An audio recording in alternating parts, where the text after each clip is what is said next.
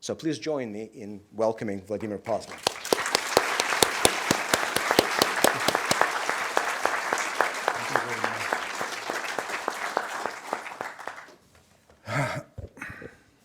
Quite an introduction. I'd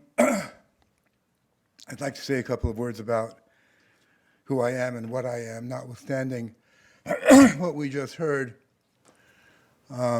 It's important that you understand that I don't represent anybody or anything, any organization, political, social, whatever. I represent myself.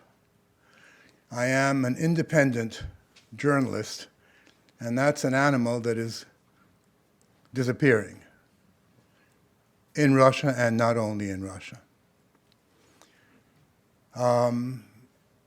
I think for me it's important that I say that, and I hope I'm not going to speak long because I was told that we would have a conversation afterwards, and I think that might be the most interesting part of it because you have questions or views that you might want to share with me, and I can't guess them in advance. But there are certain things I'd like to say before we have that conversation. I'd like to say, first of all, that we are at an extremely dangerous moment today. Never have the relations between Russia and the United States, or the Soviet Union, that's what it was before, been at this level. During the worst times of the Cold War, when I was living in the Soviet Union, and I remember all that very, very well. Russians were anti-White House, anti-Wall Street, but not anti-American in their vast majority. In fact, there was a kind of a warm feeling vis-a-vis Americans. Today, that's different. Today, it's anti-American at the grassroots level, and there's a reason for it. Another thing that is, to me, scary is that neither side seems to be afraid of nuclear weapons. 30 years ago, those of you who are of my age certainly remember an American movie called The Day After, which is about what happens to you and to your country after a nuclear strike. There was fear of these weapons, as there was in the Soviet Union. There was a realization that these weapons can, and if used will, destroy our country. Today, there's a feeling, when you talk to people, it's as if there are no nuclear weapons. It really doesn't seem to play a role in how we act. And the danger of not a deliberate nuclear exchange, but an accidental one, has grown because the level of mistrust between the two countries has grown as well. There have been several times in the past when computers warned of a nuclear attack, but it never got to the real thing because people took the time to really check it out. Now, they didn't have a long time.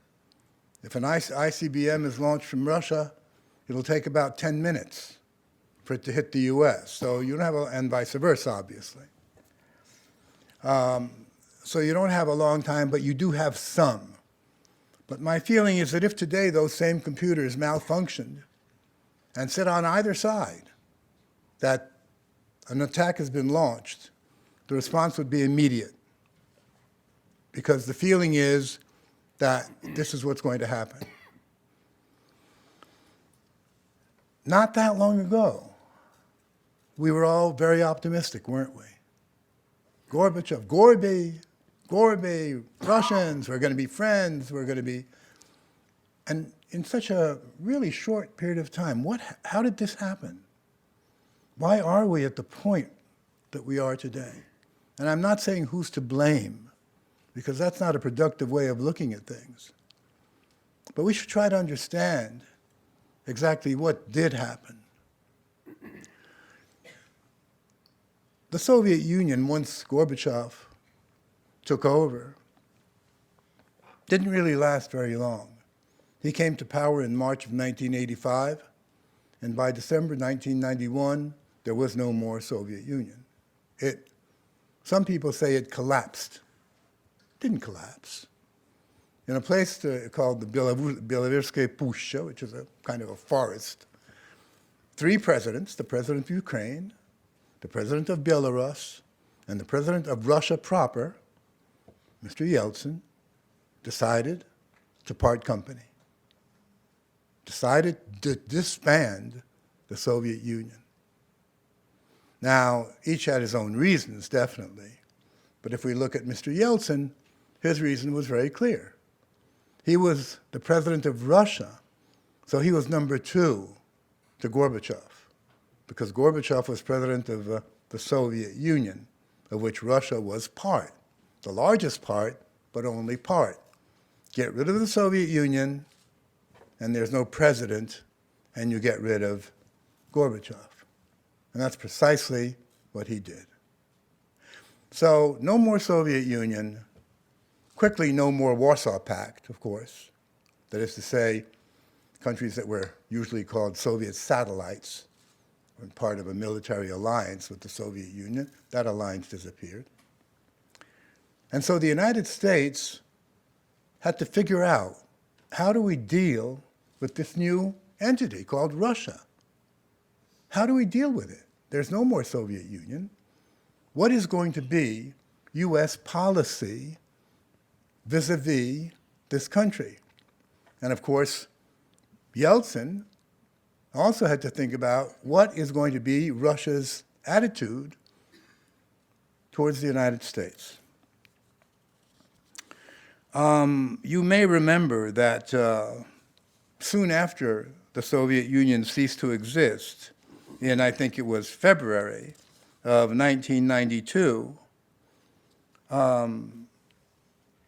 Yeltsin came to the United States, and he addressed a joint session of Congress.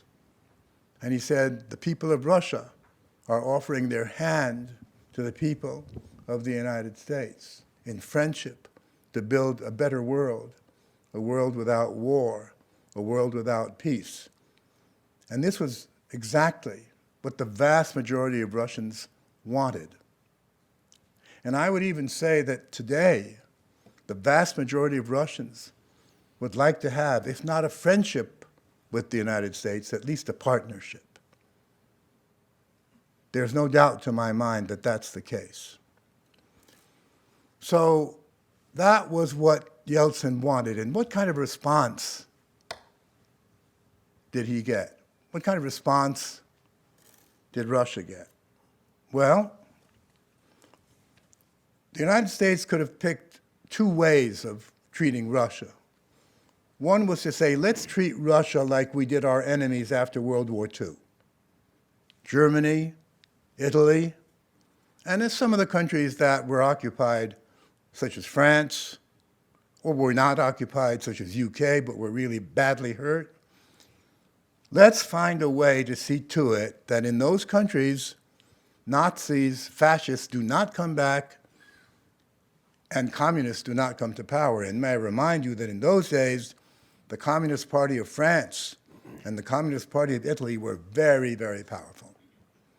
And that plan turned out, was called later the Marshall Plan, which was basically a financial idea to spend a lot of money, but in a very precise way, to develop certain things and not to allow others to develop. Now, that could be the policy to adopt vis-a-vis Russia. See to it that democracy begins to develop in that country. And let me say, just for the record, Russia never, in its entire 1,000 years, never had democracy. Completely absent.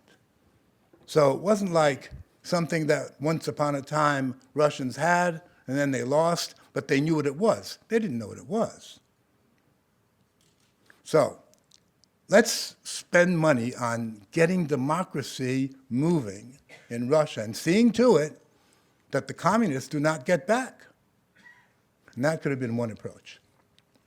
The other approach was to say, for 40 years, you held a nuclear bomb over our heads.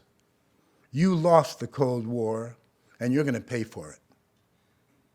You're going to be punished for what you did. And there were people who supported one view and people who supported the other in this country. Early in 1992, a document was produced in the United States by a gentleman called Paul Wolfowitz. You may know who he was. He was Undersecretary of Defense of the United States, responsible for policy. The document he produced came to be called the Wolfowitz Doctrine. Not officially, but that's the way it was addressed. It later was incorporated in something that is officially called the Bush Doctrine.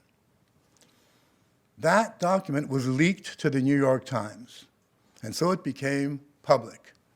And what it basically said, and you can look it up, it's available, just go to Wolfowitz Doctrine and you'll find it. What it basically said was this: the United States should never again allow any other country to challenge it. The United States must remain the superior country. And we should tell our allies not to worry about developing their own weapons because we will do that for them. And we must watch out for Russia because we don't know which way it's going to go. The bear might get up on his hind legs again and growl. When that document was leaked to the New York Times, there was an outcry by the more liberal, if you will. In America now, the word liberal and conservative has lost the meaning that it once upon a time had. So when I say liberal, I'm not sure that I'm saying the right word, but at least many people were upset by this document. Edward Kennedy said that it was an imperialist document that no country could or should accept. It was quickly, as it were, removed and rewritten by Mr. Cheney, not a very liberal man in any sense as far as I can remember, and the Secretary of Defense in those days, Mr. Powell. But basically it retained that view. Russia and America must be the only superpower. And basically, that view was the one that was accepted. It was the one that was accepted. And the attitude towards Russia was pretty much, you're no longer a superpower. You are a second-rate country. Just keep quiet, please. This became evident and would be evident to you if you follow the policy of the United States. Now, let's begin with going back to Gorbachev and his meetings when he was asked by several people, all of them quite important, to allow Germany to reunite and take down the Berlin Wall. And he was told by James Baker, and now this is not many people, I mean, when I would say this, many people would say, it's not true, it's not true. He was told by James Baker, if this happens, NATO will not move 1 inch eastward. Well, not long ago, on December 12th, 2017, the National Defense Archives of George Washington University declassified the minutes of the Baker-Gorbachev discussion, and it's there. But it's not only Baker who said that to him. There were several people who did. The German leadership did, West German at those days, and so on. And finally, I'm not saying, I don't know whether Gorbachev could have stopped Germany from reuniting, but the fact of the matter is that they said yes, and took down the Berlin Wall. And NATO stayed put. It stayed put in those days. It stayed put under Bush Sr. It stayed put during the first 4 years of Clinton. But in the next 4 years, in 1996 approximately, a decision was taken to enlarge NATO. 3 countries: Poland, the Czech Republic, and Hungary. Now, I'm going to read something to you. You know who Thomas Friedman is? New York Times, old hand columnist. He, when this happened, this is 1998, he called up George Kennan. I don't know if you're all aware who George Kennan was, but he was one, in my opinion, perhaps one of the most brilliant minds, political minds of the United States, the second half of the 20th century, the man who devised the idea of containment of the Soviet Union rather than war against the Soviet Union, successfully did this. So, you know, a brilliant man who established the very foundation of U.S. policy vis-a-vis the Soviet Union. So Thomas Friedman called him up. The article he published in the New York Times is called Foreign Affairs, Now a Word from X. Why X? Because in 1947, in the magazine Foreign Affairs, Mr. Kennan had published this article about containment, and he signed it X. So he called him up and he asked him, what did he think about this decision to enlarge NATO? Let me quote. I think, this is May 2nd, 1998. I think it is the beginning of a new Cold War, said Mr. Kennan from his Princeton home.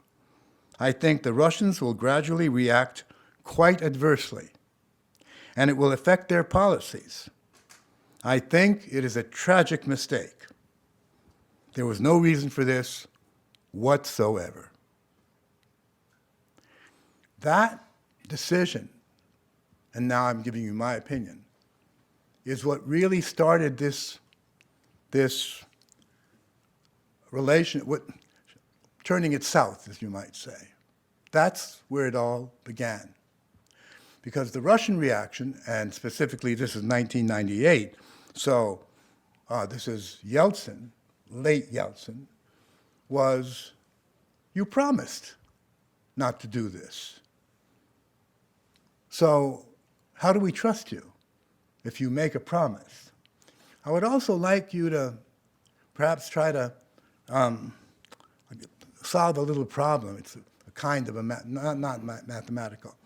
Take the time from when Gorbachev came to power, March 1985, to 2007, when Putin has been in power for 7 years.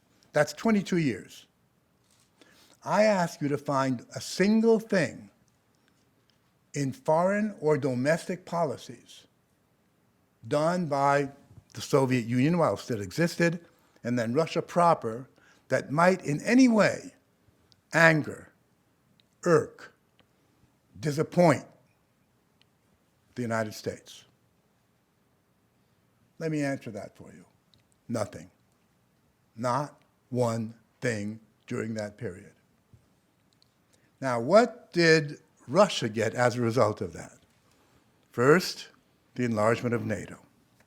So that was number one. Then the bombing of Yugoslavia. That was done by NATO, and NATO is, after all, dependent mostly on the United States, let's face it, right? The UN did not condone this. So the bombing of Yugoslavia, that's from March 24th, 99 to June 10th, 99. Then Kosovo and recognition of Kosovo, although it had been part of Serbia for centuries. And there were people in Russia who said, you're letting the gin out of the bottle. Because if you do this, then there are other countries that will do the same. And Russia did the same, vis-a-vis Abkhazia, to begin with, okay?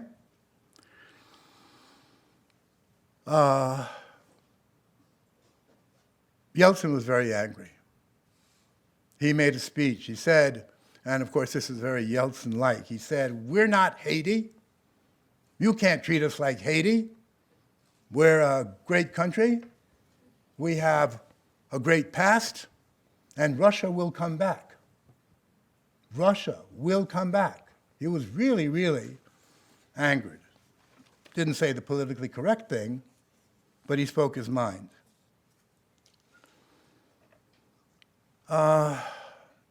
Then finally, the year 2000, Mr. Putin is not elected, although elected, to the presidency.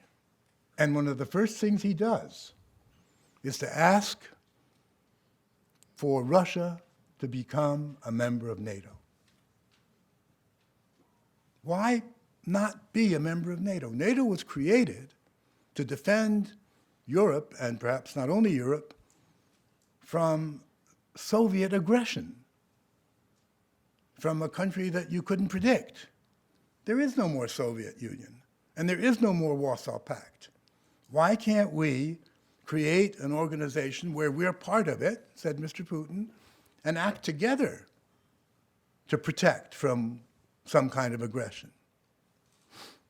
He was told, go take a walk, basically. What about some kind of partnership or becoming part of the European Union? Again, and this is all documented. Everything I say, except when I say my opinion, is documented. You can look it up. And he said, no, you're too big. Your country's too big. You can't. And all the while, Russia was being reminded that it's no longer really that important a country.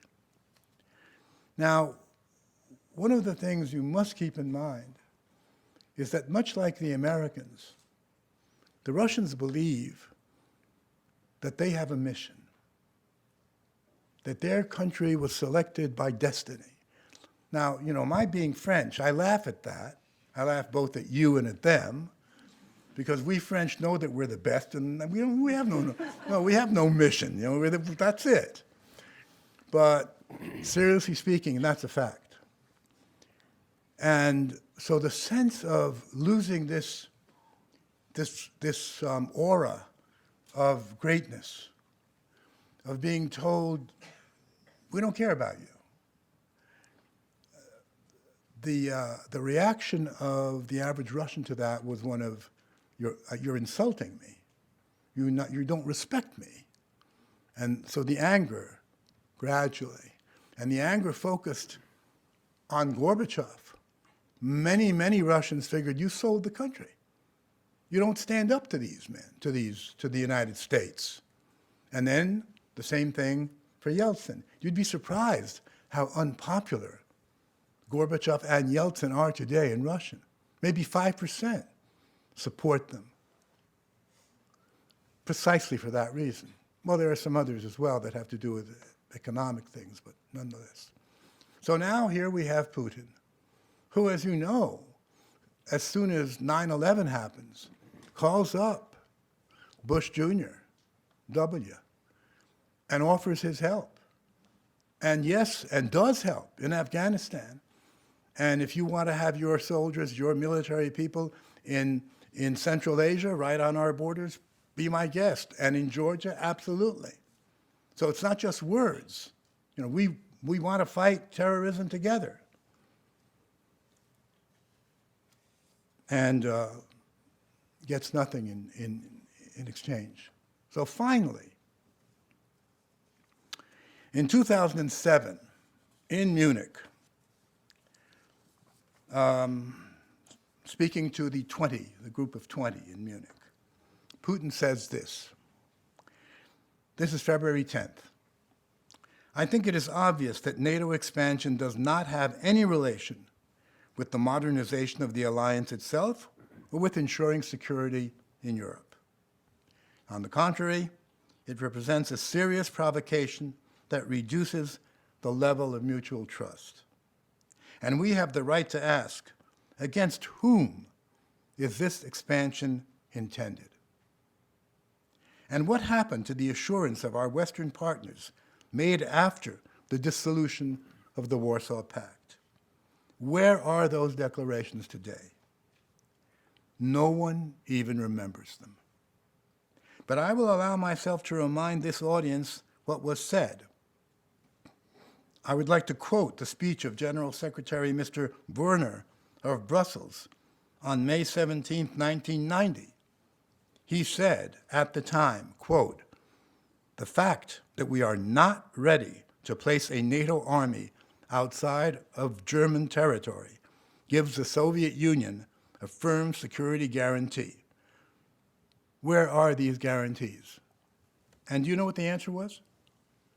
The answer was, yes, but that was guarantees given to the Soviet Union, and you're Russia. Well, what kind of a reaction would you expect? Last year, I think it was, making a foreign policy speech, Putin said, "Our mistake was that we trusted you too much. And your mistake was that you tried to take advantage of that." That is the situation today. Now, it may seem to you that I'm blaming the United States. I don't want the word blame used. It was a mistaken political decision. It was not the Russians. It was this decision that finally led to this change in Putin's attitude towards the West, and in particular towards the United States, which is why I say how US policy created Putin the way he is today. And the really, if you will, dangerous thing is that Russian leadership, or I should be more precise and say Vladimir Putin, does not trust the West, does not trust the United States, which makes it very difficult to move away from where we are today.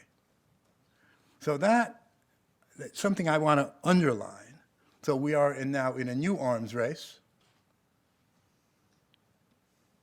which is terrible. We are in a new Cold War, which threatens all of us. The danger of an accidental nuclear exchange has grown. We no longer seem to fear that. There used to be demonstrations.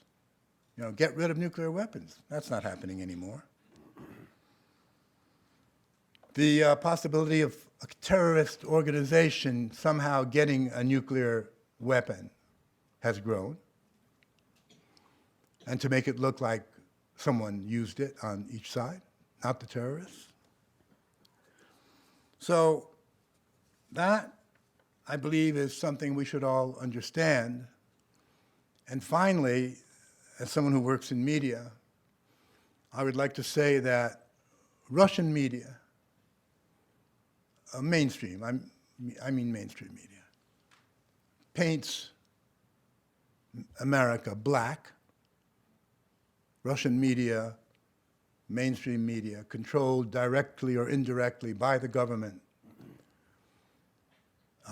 shows an extremely negative picture of the United States, US policy, and so on. And much to my surprise, mainstream American media does exactly the same thing vis-a-vis Russia, which to me is amazing, because this is supposed to be a free media, as differing from the Russian one. As someone who works in Russian media, I can say it's hard to call it a free media. There are some opposition newspapers and radio, but that's not mainstream. They address a very small number of people. So there we are. I think people who call themselves journalists, in my book, they're not journalists. But those people have played and are playing a destructive role in creating the fear, the dislike, the distrust that the people in both countries have vis-a-vis each other. And the fact that we don't seem to question our media is really quite interesting. But there it is. nonetheless. We just take it. So I'd like to wind up with a quote from a gentleman, no, I hesitate to use the word gentleman, from a man whose name was Hermann Goering. You all know who he was? There may be some people who are too young to know. Well, he was Hitler's right-hand man, and he commanded the Luftwaffe, the German Air Force. And he was, of course, at Nuremberg. He was judged, sentenced to death, to hang. But he managed to get some poison, probably from the Soviets, of course, since they poison people, as we know, so as not to be hanged. But he was interviewed by an American journalist shortly before he committed suicide. And here's what he said. And I think this is something that we should all remember. Naturally, the common people don't want war, neither in Russia, nor in England, nor for that matter in Germany. That is understood. But after all, it is the leaders of the country who determine the policy, and it is always a simple matter to drag the people along, whether it is the democracy, or a fascist dictatorship, or a parliament, or a communist dictatorship. Voice or no voice, the people can always be brought to the bidding of the leaders. That is easy. All you have to do is tell them they are being attacked and denounce the peacemakers for a lack of patriotism and exposing the country to danger. It works the same in any country, said Mr. Goering. And I think he was absolutely right. And we are being led by our media, by our politicians, in that direction, in both countries. I remember an ad that I saw, a famous American actor, whose name he starred in, oh gosh, so many movies. An African American, not a young, yeah, Freeman, yes. And he says, "We are at war," and he does it very well. He's a wonderful actor, but he tells you, "We are at war, and we must," and da da da da da da da. And of course, it's very scary. There's nothing I can do about that except speak. And I speak, I'm happy to speak here today. I do this in Russia, and I'll keep doing it as long as I possibly can, because there has to be some voice raised against what's happening. We're being manipulated. The way Putin is portrayed, well, he's worse than Hitler. And even Hillary Clinton compared him to Hitler. I'm not a Putin fan, believe me, but what's going on here? And of course, President Trump. Well, even your own press is not too positive about him. But anyway, so basically, that's what I wanted to share with you. And see, I've only spoken for 45 minutes. And I would very much like to discuss, I hope you have problems, problems. That was a Freudian slip, wasn't it? I hope you have questions. I'm sure that, what I've just said, in the sense of what's happened, it can't be argued about. I mean, these are facts. But how you interpret them, that's a whole different issue. So, thank you again for listening, and let's talk.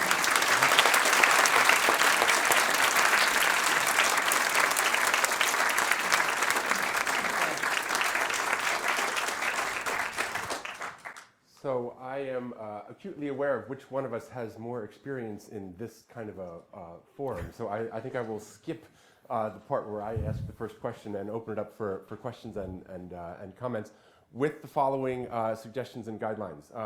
We have 2 microphones Please wait for a microphone. You may think that you have a loud voice, but the people behind you will not agree. So please wait for the microphone. Please be aware of the fact that we have some limited time for conversation, and a lot of us, so please keep your questions reasonably brief, and we'll try to keep things moving, and we'll move back and forth from side to side. I'm going to start on this side. Go ahead, sir.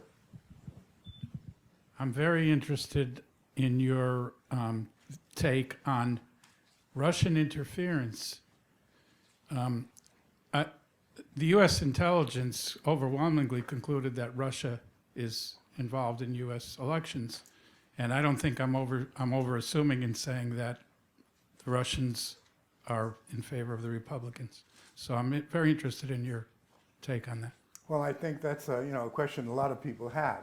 I'm happy to answer it as well as I can. I wouldn't say that the Russians support the Republicans. I mean, the Russians don't really know who the Republicans are. It's not part of their daily interest, or the Democrats for that matter. But is this microphone working? Yes. Yeah, okay. But it is a fact that Republican presidents over the years have been the ones that have achieved breakthroughs with the Soviet Union. Nixon did, when Jews were allowed to immigrate. This is 1972. Bush did, Reagan did, while the Democratic ones, such as Carter and Clinton, have not been so successful. But that's it.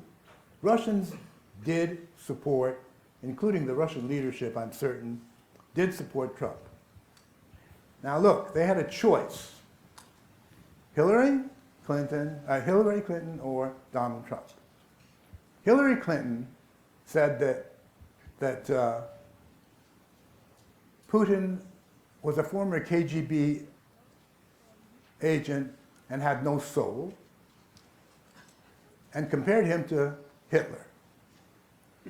Trump said, I think I can work with this man. I think we can do this. Now, yes, the Russians wanted him to win. And I think that's normal. Did the Russians interfere?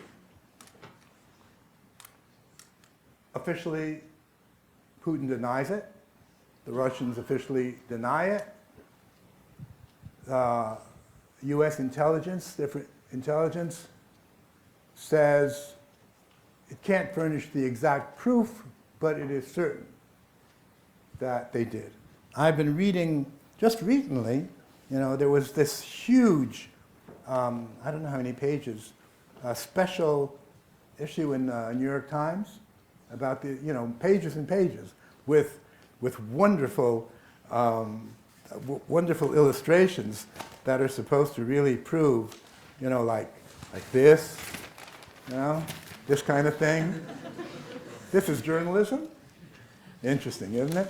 And when you read the article very carefully, and you ask yourself, it's not an article, it's 1, 2, 3, 4, with graphics, 5, 6 pages of the New York Times.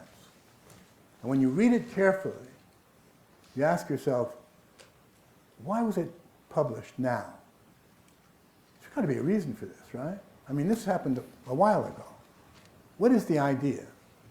And what you find at the very tail end is that over the past few years in this country, the popularity of Mr. Putin has increased by 11%. And the number of people who believe that the Russians interfered has gone down by 5. Now, that's a good reason to publish something like this. And this is a very detailed, interesting story that doesn't furnish any proof, but it's very well done, as the New York Times does this. This is just one. So I said this came out September 20th. The next one comes out in Time magazine, which is October 1st, not yet there. Big story on the same thing. But this is, again, the interference of the Russians. And then we have another story in the New York Times, September 26th. So I'm saying to myself, wow, This is like a kind of a salvo. Cannons are going. And I have to ask myself, is there a reason for this? And I would ask you, why now? Does this have to do with the midterm elections? I think it probably does. Now, did the Russians interfere? I think they probably did. I think they probably did. Was that effective? I doubt it. I very much doubt it. They didn't spend a whole lot of money, about $100,000, which is really nothing when you talk about the elections. But they did, some interesting stuff, if you will. I believe that to actually think that Trump won the election because of Russian interference, you have to be very naive for that. I mean, a farmer in Idaho was influenced by Russian propaganda. I mean, I worked in Soviet propaganda for many years.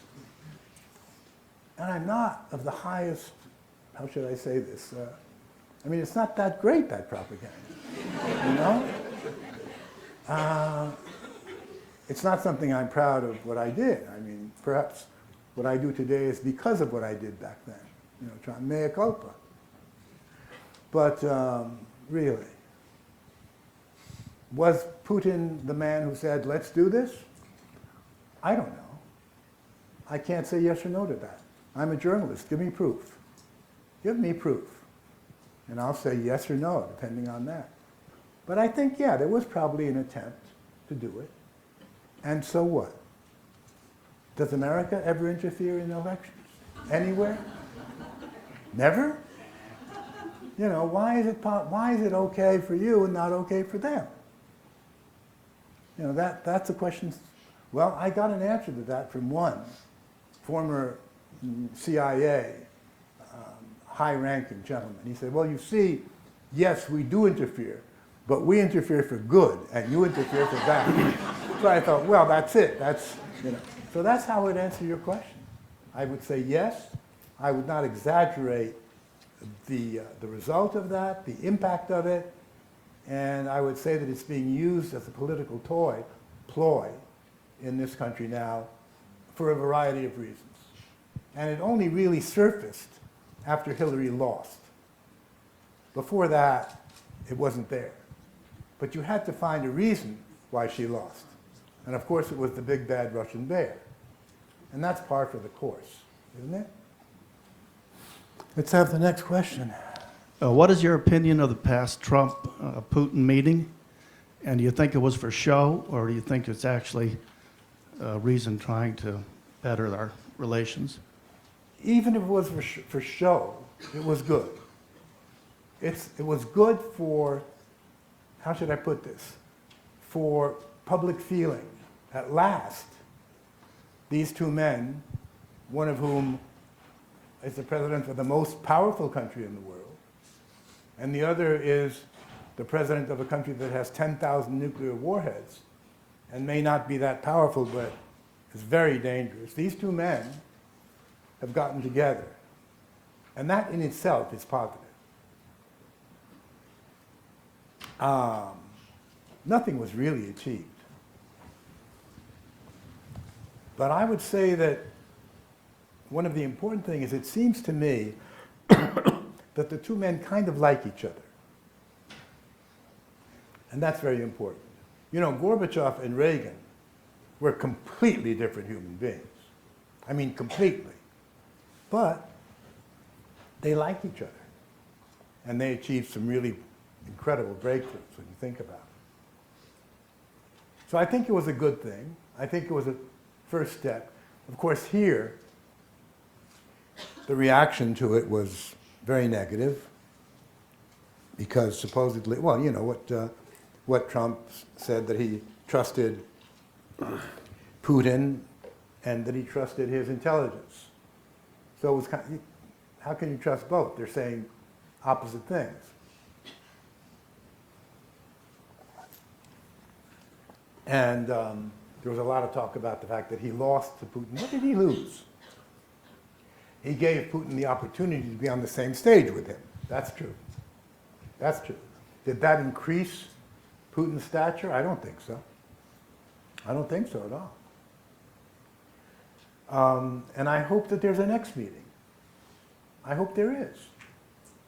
I hope that somehow there will be an attempt to break out of the situation that we're in now. I mean, I'm not a big fan of Mr. Trump's, but even if he tries to do something, the Congress, the US Congress, seems hell-bent on not allowing that. And I don't know why. Now, if the American establishment wants regime change in Russia, wants Putin out and someone different in,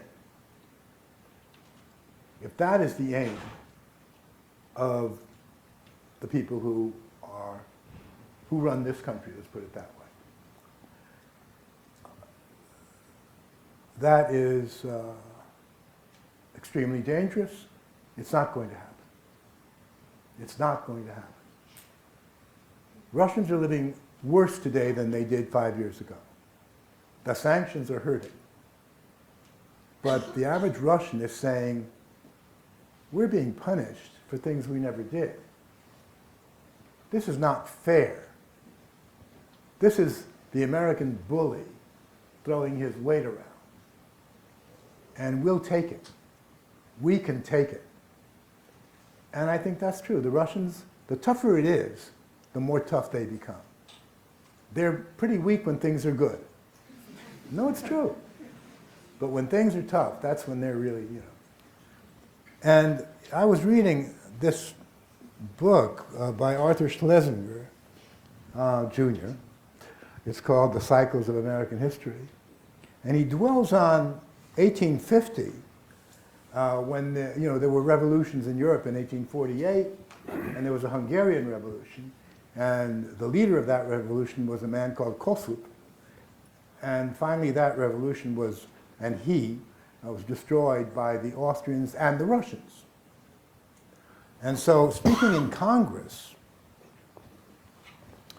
an American senator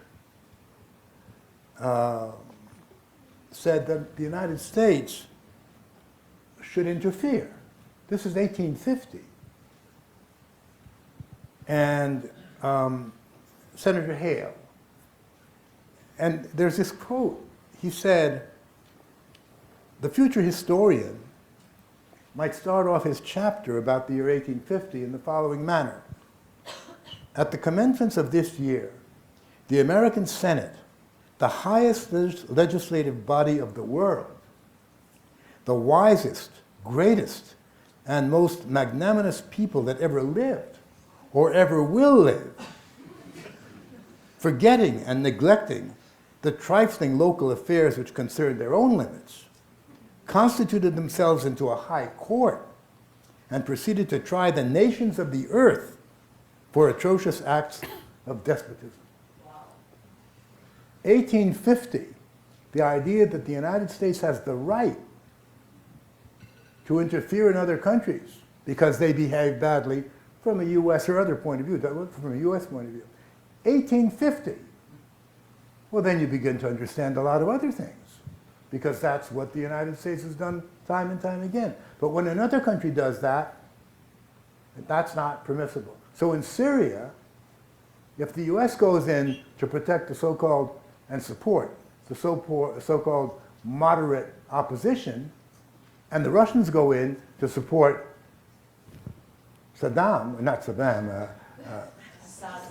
Assad, the Americans can do it. That's okay. The Russians can't. Where's your logic here? It's a tit-for-tat thing, isn't it? So, that's pretty much, in my view, the answer to your. That's how I look at this issue. Is there someone over on this side? Are we done? No, keep going. There's a question right over here. It'd be helpful if you would also identify yourselves before you ask your question. Okay. My name is Rob Foreman. I work for the medical school here. I used to listen to you on Radio Moscow. So, That was a long time ago. see the gray hairs. Yeah, well, Yes. But I'd like to frame it a little differently, that I'm not so sure I perceive Americans to be hating what Russia did in interfering, although America has some of that attitude that you described, but disliking the fact that someone who is largely considered to be an incompetent president who does not have the interests of this country at heart is beholden to the Russians, even if the Russians, what they did was comparable to what the Americans have done in Central America and who knows where else. And on that basis, I guess my question is, A, do you think that analysis is accurate? And B, why not, if not? Because I don't know that it is so much an attack on what the Russians did in 2016 as on the person who seems to be in the pocket of those who did it. well, I would say this, that it was Kennedy who used to say, I'll say this to that, right? I will say this.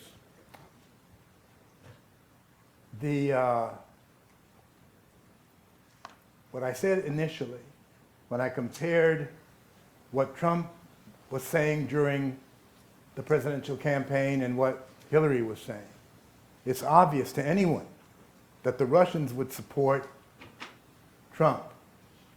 It's obvious, and Americans should understand that. Not because of what Trump stands for, not because he's a whatever he is, not because he wants the Supreme Court to be more conservative. Russians don't care about that. They don't even, it's not part of what they think. But they think about the relationship between Russia and the United States. And judging from what he said back then, the relationship could improve. And that's basically it, on the one hand. On the other hand, you recall as well as I do how many American senators, how many political figures said that the Russians were trying to destroy American democracy. What does that mean? How so? That the aim of the Russians was to somehow destroy American democracy. There's none of that. So I can understand what you're saying, but it really is not at all. It doesn't correspond to what Mr. Putin or the majority of people in Russia really cared about or care about today. Today, there's much less support for Donald Trump in Russia than there was. People are asking themselves, who the hell is this man? He comes here and he says one thing and he goes away and says something completely different. You know, today he says yes, tomorrow he says no to the same thing. So there are lots of questions. And there's kind of a, how should I put this? They don't take him too seriously anymore, except that he has enormous power. My name is Alexander. I'm an undergraduate. You touched on in the beginning of your talk about how there's intense American hatred in Russia, and just now you say that most Russians would want to improve relations. Why do you think? How does that help Putin to have very bad relations with America, or a bad image of Americans in Russian minds? And also, do you think that this hatred is reciprocal? Is there a distrust of or a dislike of Russians in America? I think the word hatred is a bit strong, and I didn't use it. I said that the attitude of Russians today towards American is more negative than it was back during the Cold War, the worst times. And I think it's mutual. And I think that that's the result of what the politicians have said, what they've done, and what the media is doing in both countries. And I think it's an issue of political will, because before Gorbachev came to power in Russia, in the Soviet Union, the attitude was negative in this country, very negative towards the Soviet Union and the Russians. The Russians are coming, this, that. But as soon as Gorbachev started changing things, glasnost, perestroika, da-da-da-da-da. Suddenly, he became Gorby.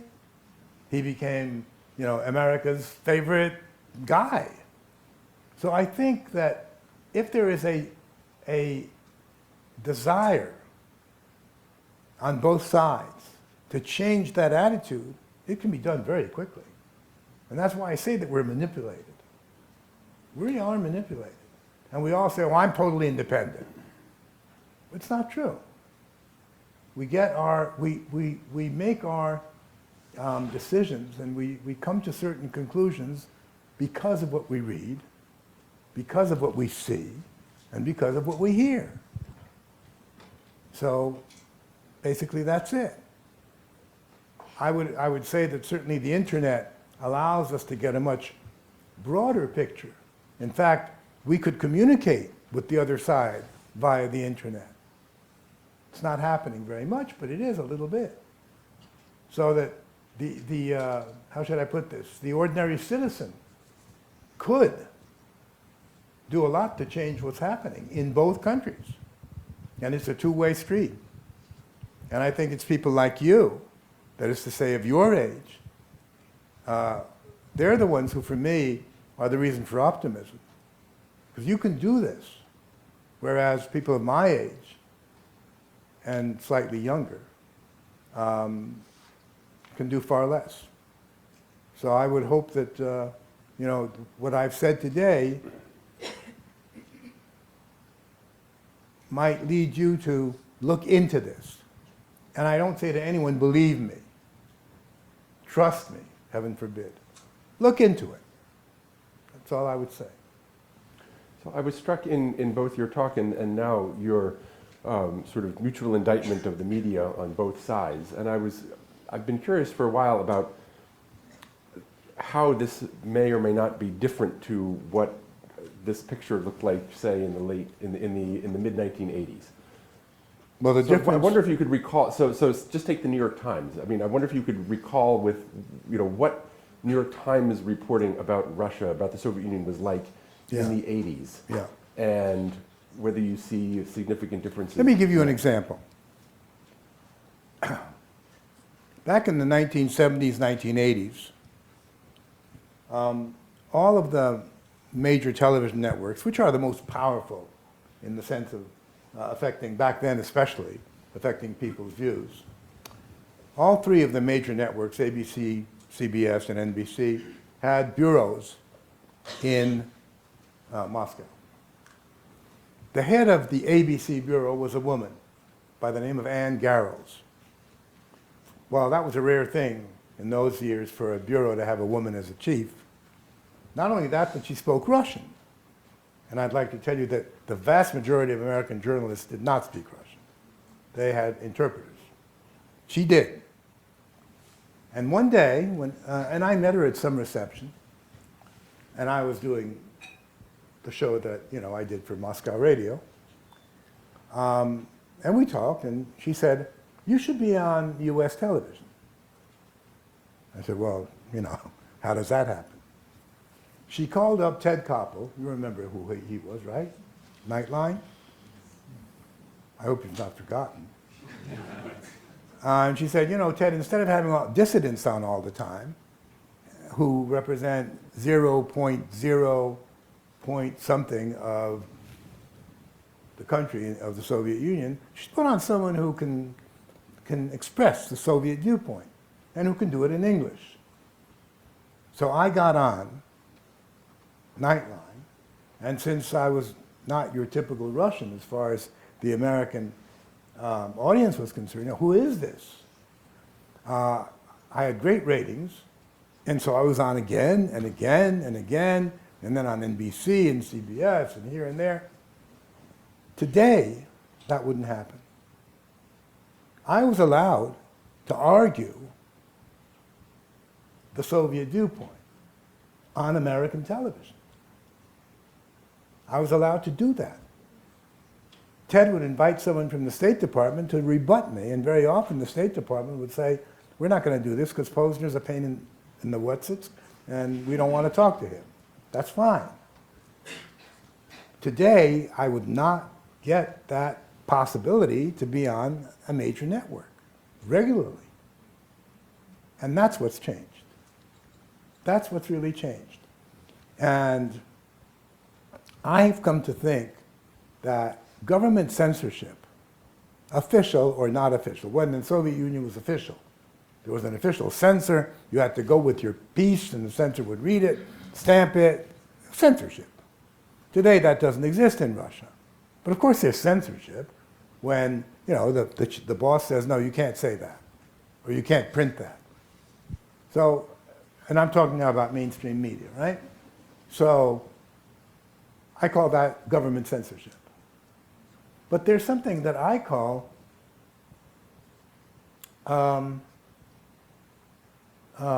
company censorship. And it's just as effective.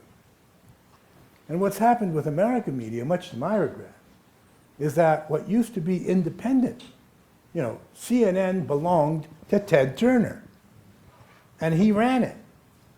CBS was created by William Paley, and he ran it.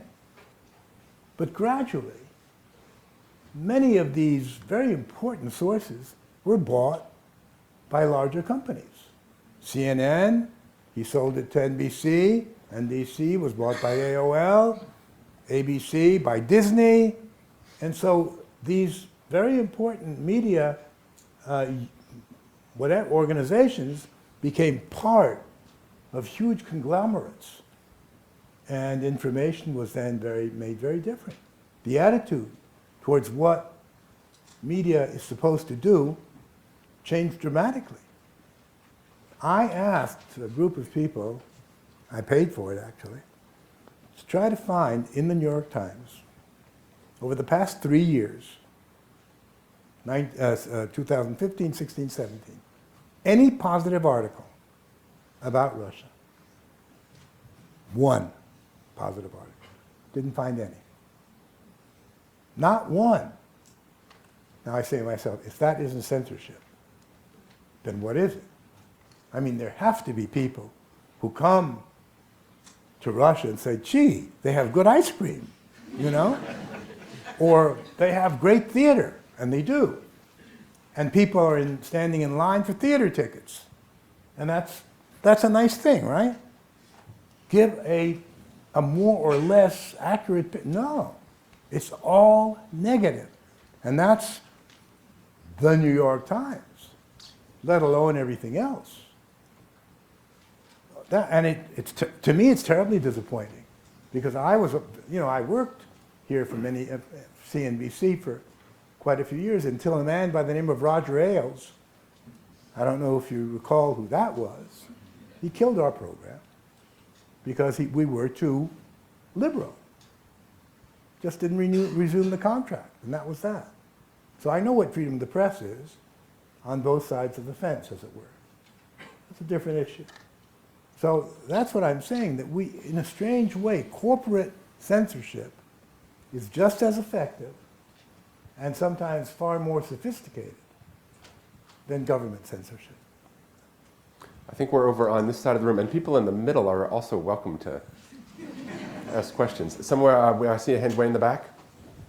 Well, actually, you could lob the microphone.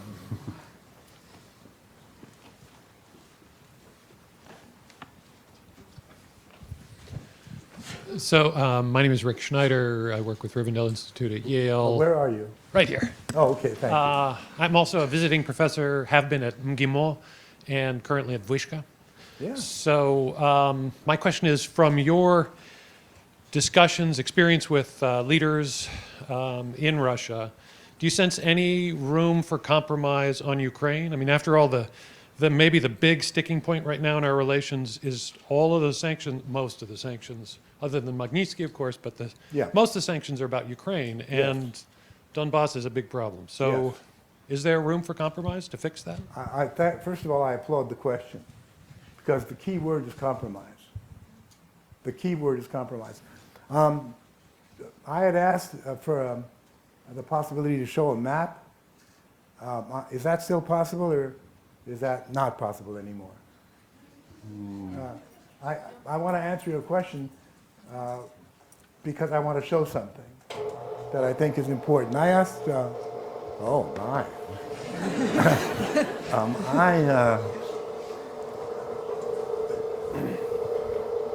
I asked that a map of Russia with Ukraine be put up on the screen, and hopefully. It will take a couple of seconds. Okay, I'm in no hurry. And a map of the United States and Mexico be put up on the screen. Now,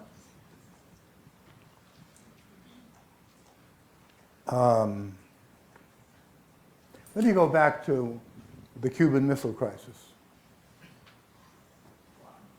1962. Two totally independent leaders, Nikita Khrushchev and Fidel Castro, decide that it would be a good idea for Russia to deploy missiles on Cuban soil. Did they have the right to make that decision? Absolutely. Two independent countries. And Fidel Castro was not a satellite. That for sure. So, is that, oh, okay. So they make that agreement. And the Soviets begin bringing in the missiles, well, the parts to assemble them. And the United States discovers this.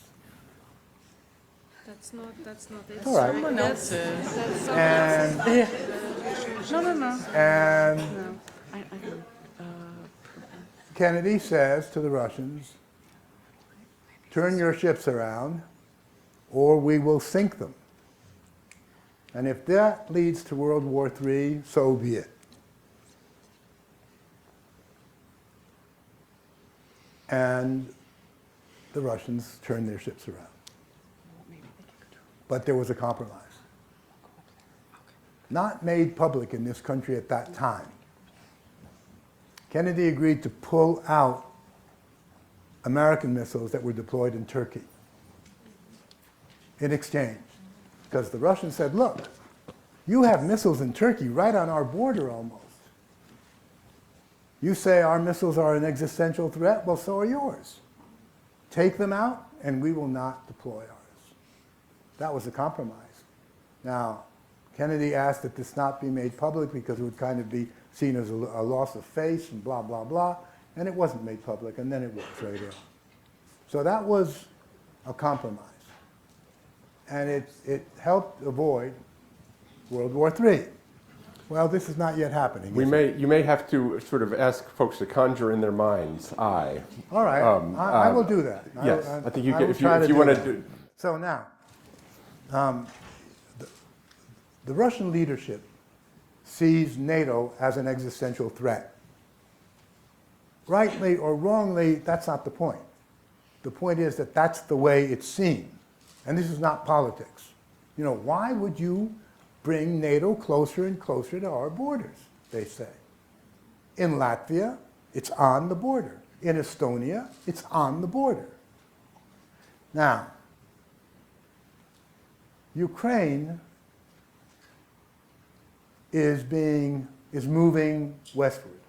It's a complicated issue. The United States has played a certain role in this. That's not the point. It's moving westward. If it ultimately goes into the Western fold, or whatever you want to call it, then it's logical to surmise that Ukraine will join the European Union and will become a NATO member. Now, Ukraine has a border with Russia. Not only that, but Crimea, which was traditionally Russian, but we can go into the complicated thing about how Ukraine was Russian and was not a Russian, not the point. But Sevastopol was always the base of the Navy, the Russian Navy, naval fleet of the Black Sea. So if Crimea remains Ukrainian, and if Ukraine becomes part of NATO, the Russian fleet won't be in Sevastopol, but the American Sixth Fleet might very well be there. And NATO will be on Russia's southwest border. And the Russians see this as an existential danger. And they say, we will not permit it. Now, does that correspond to international law? No, it doesn't. But when you talk about existential threat, you say, I don't care about international law, as in the Cuban Missile Crisis. You say, no, we don't give a damn how you feel. We're not going to allow this. It is my opinion that had from the very outset been some kind of internationally negotiated agreement that Ukraine would not become a member of NATO for at least the next 50 years, there would be no Ukrainian problem. Why did I ask for a map of the United States and Mexico? Well, the United States has a pretty large border with Mexico. Now imagine that you have a revolution in Mexico. That's not that hard to imagine. And imagine that the government that comes to power is not a big fan of the United States of America. And I think that too is not difficult to imagine. But since it's a little bit afraid of Big Brother, it asks the Russians to send over 3 or 4 or 5 divisions to be placed on the U.S.-Mexican border. Think the U.S. would accept that? So why would the Russians accept this? That's what it's really all about. Does there have to be a compromise? In my opinion, yes. And the compromise has to be that Ukraine guaranteed will not become a member of NATO. And then the compromise is that the Russians get out. We get out, but there's the guarantee. Crimea is a different issue. There could be an agreement that let's do another referendum under international supervision. Let's see what the people of Crimea want. Do they really want to be part of Russia? Or do they want to be part of Ukraine? Or do they want to be an independent republic? I know what the answer will be overwhelmingly. And so does everyone, which is why no one is even suggesting that. Because the majority of the people who live in Crimea want to be part of Russia. It's a tradition. It's existed that way for a long time. But basically, that's my answer. Yes, you need a compromise. And if neither side is willing to compromise, well, then we're in deep, whatever. We unmuted? Oh, well, now that we have. We're over here for the next question. Владимир Владимирович, здравствуйте. I can't hear you. Здравствуйте. You can speak Russian? Now I'm going to switch to English. I just wanted to greet you in Russian. I've been following you for many years, your work, going back to Telebridges with Phil Donahue, and certainly some of us remember those days. I watched that back in the Soviet Union. I'm from Ukraine, just for the record. So I certainly shared your view about a lot of things that you speak about. Today, however, I'm struggling a little bit to accept your point of view. And I can't get rid of a feeling that it's almost like a legal defense that is trying to explain the bad behavior of a person by the external circumstances. I'm certainly not naive or idealistic about the policymaking in any country, including the United States. And certainly I do agree that mistakes were made. Not being an expert in this field, it's difficult for me to really know the exact chronological sequence of the events. So it's difficult to argue what was the cause and what was the effect of what you're describing. However, in your presentation today, I think you certainly presented Mr. Putin as a positive, peace-loving person, and I'm not sure that I agree with that assessment. I don't. I know. Well, you certainly brought up a number of facts that presented him as somebody who was continuously, on an ongoing basis, reaching out to the world, not just the United States, but the West, with the peace mission in mind. However, his actions, not just vis-a-vis Crimea, but overall Eastern Ukraine, his pretty aggressive actions in Syria certainly don't create that position. So I think there's a little bit of a disconnect between either that's the United States or our policymakers created that image of Putin as somebody who is not an easy person to work with. Here we go.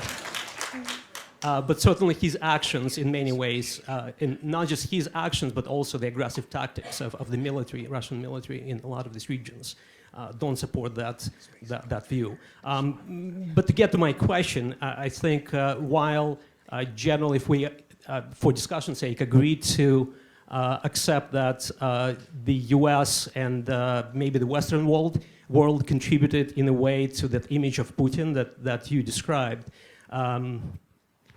Putin is not only responsible for the foreign policy of the Russian Federation, but also for its domestic policy, and who contributed to his image as the domestic leader of Russia, as somebody who is fairly authoritarian in the way he runs the country.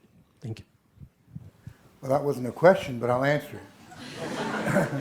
I made a point of up to 2007. And up to 2007, Putin did nothing internationally that would speak of an aggression. Nothing at all. It all happened after 2007. It happened in 2008 with Georgia, with the war. Officially, it wasn't Putin, it was Medvedev, but so no big difference. And then all the other things that you're talking about. But up until 2007, until that Munich speech, when he said enough is enough, you have to respect us, you have to take into consideration our interests. The world is not unipolar, it is multipolar, and you will have to keep that in mind. Incidentally, that's why he's so popular in Russia. Not because he contributed to people's living much better, although they did, but he was lucky because the price of oil was high, and so that certainly helped. But because people saw him as someone who stood up to the American bully and told him off. And that's where his popularity comes from. Russia is back. We're up from our knees, as people would say. And they have to take us into consideration. And we don't give a damn if you like us or you don't like us. But, Putin is our man. He is a true patriot. And that's where his strength lies. Now, if you talk about his domestic policies, I would absolutely agree with you that A, he's authoritarian, B, he has pretty much stymied the development of democracy in Russia. I do not agree with basically almost all of his policies in Russia. Not all, but almost all. I'm much more supportive of his international views than of his domestic views. So I have no argument with you. I did not present, I don't think I did, present him as a lover of peace. I was simply making the point that up until a certain moment, you could not really blame him for anything. And that, well, I say find it. Just point me, say, well, in 2006 or in 2005, Russia did this and this. I would say, okay, fine. I don't know what are we talking about here? And of course, Ukraine, with its proximity to Russia and having been seen always as close to Russia because of the language, because of the religion. In a way, the Russians, the Rus being where Russia was born in Ukraine. So the fact that Ukraine would leave, very painful to Russians, as it would be in, in other countries. But that certainly does not, how should I put this? That certainly does not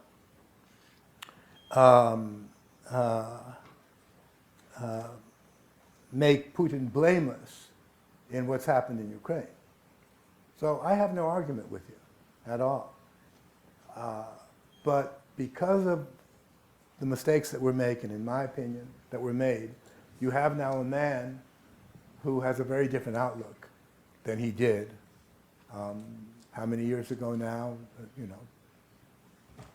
And that's too bad. I think that there was a huge window of opportunity, and it was missed. And it's too bad for everyone.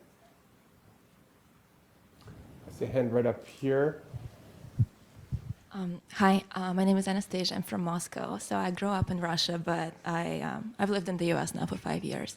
So we've talked a lot about Putin and how powerful he is and his international policy. But, you know, being a Russian myself, I ask myself, is there a future for Russia? Should we hope for anything better? Should we, because, you know, now I feel like there is a big division in terms of what people think. Like some people just think Putin is everything, all we've got, and there is no other future for us. But then, of course, with Navalny being in the picture, and I know you're not the fan of him, No, I'm not. but you know, except for him, of course, there might be someone else. But my question is, should we hope for any improvements in terms of, like, for us, for Russians? Should we hope for the future for Russia, or should we just practice our American accent and forget about it? Well, you know, when you ask that question, I would have to ask, well, what do you mean? What would you like to change? What is it that makes you ask that question? And my answer to that is, of course, there's a future. And the future is, well, let me back up a little bit here. The main problem, from my point of view, in Russia, is that the leadership, all the leadership, is Soviet. All the people who are at the head of politics and all the rest of it, they're all Soviet. They were born in the Soviet Union. They went to Soviet schools. They were members of the Young Pioneers. They were members of the Young Communist League. They were members of the Communist Party, most of them. They were created, formed by a system that no longer exists. They're trying to run a system that they really don't know anything about. And they're not very good at it. But whatever they do is based on the mentality that they have. And that mentality is a Soviet mentality. And there's not much you can do about that. That's the way they were brought up. And you can't say, well, where are the others? Because there are no others. And what I say is, in my opinion, the hope is that people who were not born in the Soviet Union, who were born afterwards, that is to say the next generation and the generation after that, that's when you will see real change. And you have to have patience. Now, I have no doubt that Russia's a great country. And you know, during the worst times, like the Tsar Nicholas I, during those years, Russia's greatest literature developed. So, you know, it's not just, you can't just look at it from that side. I certainly have hope. I won't see it. Not at my age. It's going to take another 20, 30 years. But in all countries, for democracy to develop, it took over 200. And I guess there were people back then saying, gee, do we have a future? Because there are all kinds of things. You had slavery in the United States less than 200 years ago. And come on. You have to look at it realistically.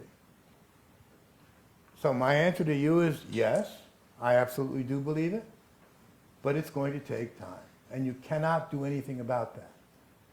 Except that if you're young, you can look forward to a change that is inevitable, because those people will disappear. And it'll be your ballgame. As a Yankee fan, I know what I'm saying. All right. Unbelievable. I want to somehow- let me thank everyone for listening to me.